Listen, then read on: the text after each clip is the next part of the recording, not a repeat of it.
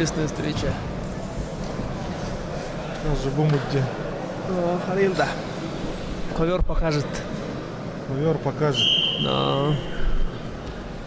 Борец Казань Триков, Далер Атанов, представляет команду Бакинского района. Ему 38 лет. Тренируется под руководством Валентина Васильевича, мастер спорта России, чемпион турнира Алексей Ковалев.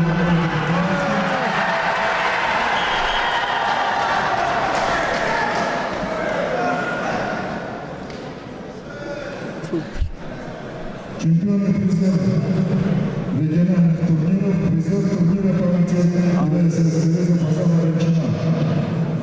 Далер Атанов, Бакинский район.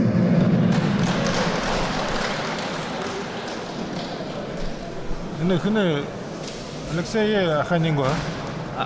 Сашин, а? Сашин. Ага. Ой, Алексей. Саша Рабданова. Пошел пока.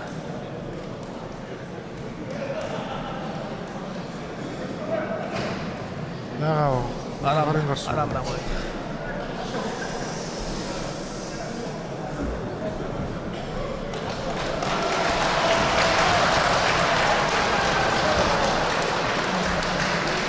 Идет врагу борца. Что, урок вагу? Победу удостоится Далер Атанов.